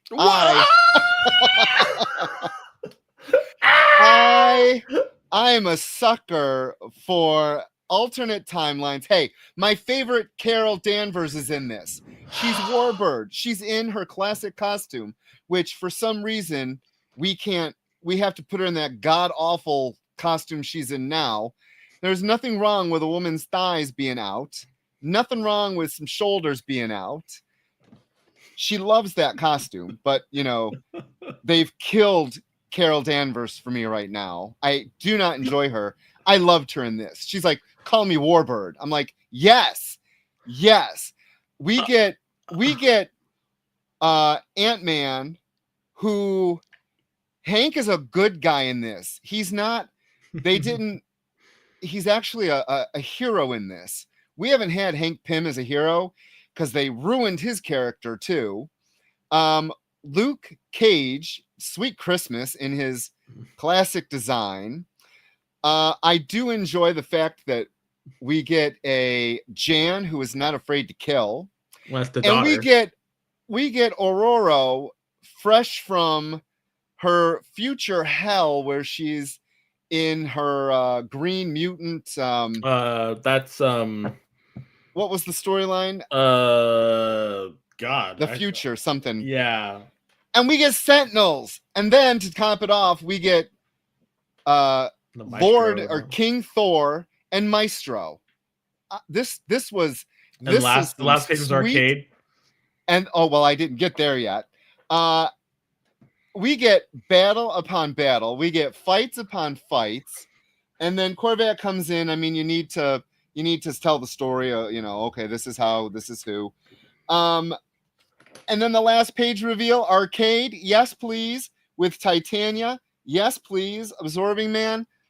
And I got you love wraparounds. I got the wraparound by Nick Bradshaw because, hello, my favorite, where is she? Look, that is some classic Spider-Woman right there in the costume that I love. This was what I thought. It was fun. Yes. I'm glad we ended it with this book. I loved it. And Marcus Toe's art, it was just a feast. I ate with this book and I was happy. Wow. So, I mean, you heard it here first. Well, not first. We bicker all the time. But I was very shocked that Rich liked this book. 100% shocked. Hey, as my mom used to say, mom still says, she's not dead. A dog's got to, what is this? The sun's got to shine on a dog's ass some days. So this was that day. I was shocked. I am surprised that you like this book and you sang its praises as much as you did. Wow. Yes. I enjoyed it. I was very surprised. I did not. I was like, I thought it was a slog to get through. Like, I just didn't, I don't know. And again, that's what makes these, this chat fun, is because we don't talk about this stuff either beforehand. Like, you think when we talk about this, and no, we talk about stuff all the time. It's just, we just don't talk about what we're going to talk about the show. That way we're both genuinely surprised by our comments and see how we react, and think about it. Because unknown, I think it's going to be 4. I mean, but hey, maybe I'll try it again when I buy it as a trade for half off, because that's what it's worth. But and then we'll see how it goes. It was fun. It was not bogged down. I mean, a 15-year-old Spider-Man, it was not bogged down by so much continuity. They give you in the back, they give you reference pages. I love it. I love when they help do the work by piecing together where these characters came from. Yeah. Storm from Days of Future Past. That was what it was called. Thank you. And then look, they ruined it. So funny. They say next issue, hero. It's and a character from a universe you never expect. You put Starbrand right on the cover of the #1, so of course I expect it. That was bad. Yeah, that was my only complaint. So I can't wait for Starbrand. They're from the I can't remember that name. Eclipse universe, or the one with the letters M something something. You know, they did it like in 80s. They tried to make a new universe. Something right? universe. Anyway, so I'm glad you liked it. I will try it again and see how it is. But you know what time it is? It's time for a giveaway. Yes, it is. So please take the time to put in hashtag Geek Chat in the whoop, and then you could win this beautiful, beautiful 1 in 25 cover D of Skinbreaker #1 that Rich and I both loved. And it is by Lorenzo De Felici. And you get this variant. So if you haven't, please do. Steve, they actually, on the very bottom of the page, Jay, can you put up the credit page for Battle World, please? So all the way down in the right-hand corner, the very bottom. Hold on, I'm trying to squeeze in so I can, like... Yeah, the very bottom, they do say...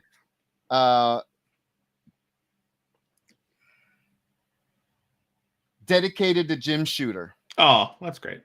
So yeah, they did give him a little bit of credit. New Universe. That was what it was called. Yes. New Universe. I told you. But anyway, and MC2 was great too. I actually read most of those books. They were fantastic. Spider-1 was great. All right. It's time to give some books away. Wait a minute. Unknown, I just found out Battle World is going to be 5 issues. One too many, but okay. You're wrong. Alrighty, producer Jay, if you could give us the polling. All right, click that button. Let's see who's getting something. Remember, you can only win if you haven't won in 30 days. So, oh wow, it's going so slow. It's going real slow tonight. Going slow. Oh wow, Alan Smith. You are eligible to win, my friend. So, as always, you are eligible to win. If you could please fill out the form that producer Jay just put into the chat, I'll make sure that you get this book. So thank you everybody for staying in and coming to the Geek Chat, our TED Talk. We really appreciate it every Thursday. We'll be back next Thursday, regular time at a regular length, because Mog and Mel will be back. So this is a special thing. Whenever they're gone, we try to extend it to give you more geeky love. So, but yeah, that's remember, like, share, subscribe, watch the other great shows on the Experience, and if you ever want to veer off the Experience, go to Triple B Haunted Comics. He does a show on Wednesdays. It's in the afternoon. I watch it at 5 o'clock. So whatever 5 o'clock is in your time zone, watch it. He talks about some covers. There's some great covers. That's how I knew about, I'm going to screw the name up again, Leslie Lelix LaRue, Laron, something. But his is a fun show as well. And we have great programming. Remember, this Saturday is a 24-hour live from local comic book show. Love something. It. Yes, there you go. Local comic shop day, all day on the Experience. All right, everyone. Thank you. I got dinner and then Peacemaker. All right. See you all later. Bye. Bye.